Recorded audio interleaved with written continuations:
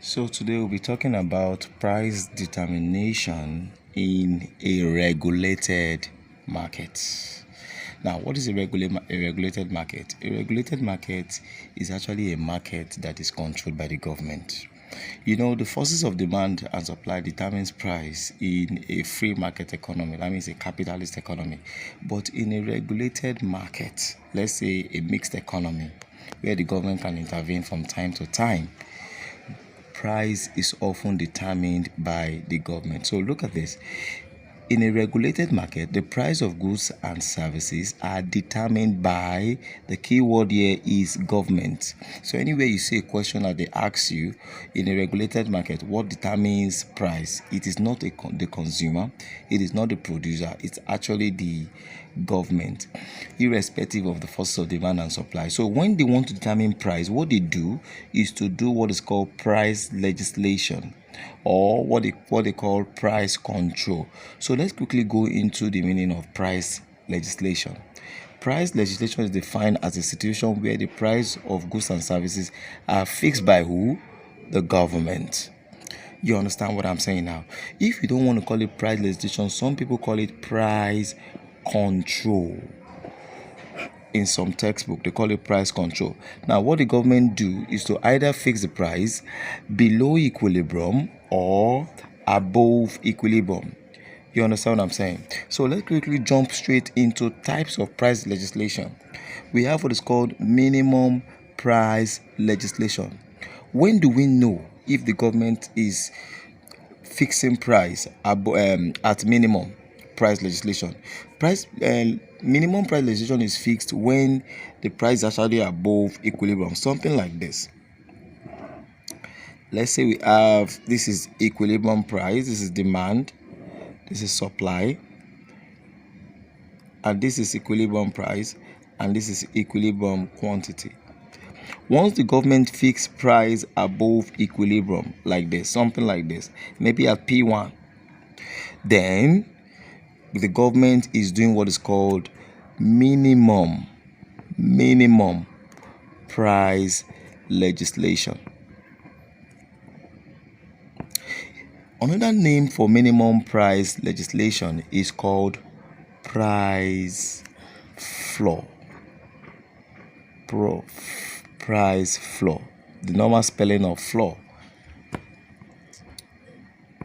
Now, the implication of fixing the price above equilibrium is this. When they fix price above equilibrium, demand will be more than supply will be more than demand. Look at the gap from here. From this point to this point is representing quantity demand. And from this point to this supply curve is representing quantity supply. Let's say quantity supply is Q2. This side is representing quantity. Whenever they fix the price above equilibrium price, the quantity supply will be more than quantity demand. Look at it. From the gap from here to here is quantity supply. The gap from here to here is quantity demand. Which one is more? The quantity supply gap is more than the quantity demand gap. That means it will lead to what is called excess supply. Another name for excess supply is surplus. So whenever the government fixes price above equilibrium price, the implication is that it will lead to excess supply, because the law of supply says that the higher the price, the higher the quantity supplied. Whereas the law of demand says the higher the price, the lower the quantity demand. So suppliers tend to supply more goods when the price is above equilibrium, while consumers buy less. And as a result of that, it will lead to what is called surplus. Now, when the government discovers that there is surplus in the market, the next thing the government will now do is to buy up the surplus from the supplier so they don't run into loss. Because if there's excess supply, the implication is that it will force the price to fall further below this equilibrium price.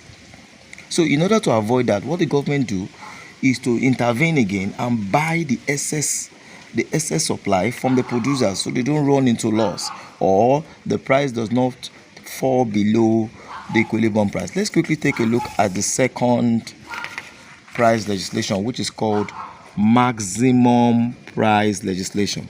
Here, the price is fixed below the equilibrium price.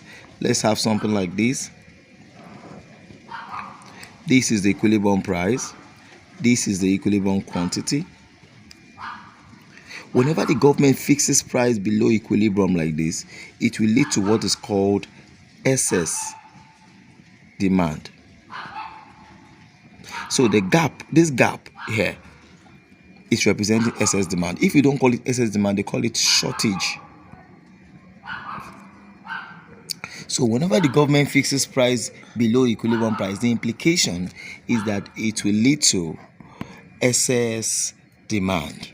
And when there's excess demand, the effect is that it will cause what is called black market. It will cause black market, it's going to cause shortage, and it's going to cause rationing.